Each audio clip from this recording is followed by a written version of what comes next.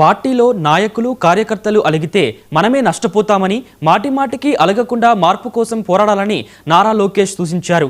4 గోడల మధ్య చర్చించాలి, బయటకెళ్తే మాత్రం అందరం ఒకే నినాదంతో ఉండాలని పార్టీ నేతలకు నారా లోకేష్ పిలుపునిచ్చారు.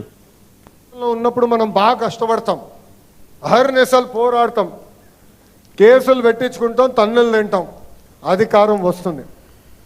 దాని తర్వాత మనకు ఒక జబ్బు వస్తుందండి. కోవిడ్ కన్నా ప్రమాదమైన జబ్బు అండి అది. కోవిడ్ కన్నా ప్రమాదమైన జబ్బు అది. ఆ జబ్బు పేరేంటో తెలుసా? గట్టిగా చెప్పండి. అలక.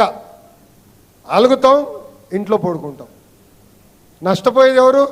ఆంధ్ర రాష్ట్ర ప్రజలు. మన 5 సంవత్సరాలు నరకం అనుభవించాం. 5 సంవత్సరాలు కేసులు పెట్టించుకున్నాం. అంటే అలక వల్ల మనం ఎంత నష్టపోతామో మనందరూ ఒక్కసారి గుర్తుపెట్టుకోవాలి. సో అలిగేదానికి లేదు. ఇది మన పార్టీ. మనం అనుకున్నన్నీ జరగపోవచ్చు, కానీ పోరాడాలి. నేను ఇప్పుడు కూడా పోరాడతాను. పెద్దలు తెలుసు పల్లా గారికి.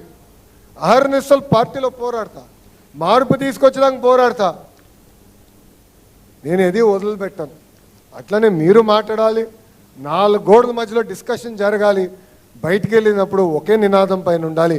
అది జై తెలుగుదేశం, చంద్రబాబు నాయుడు గారి నాయకత్వం వర్ధిల్లాలి.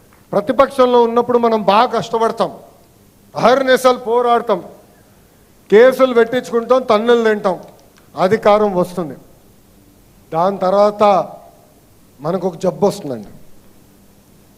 కోవిడ్ కన్నా ప్రమాదమైన జబ్బు అండి అది. కోవిడ్ కన్నా ప్రమాదమైన జబ్బు అది. మంత్రి నారా లోకేష్ చేపట్టిన యువగలం పాదయాత్రకు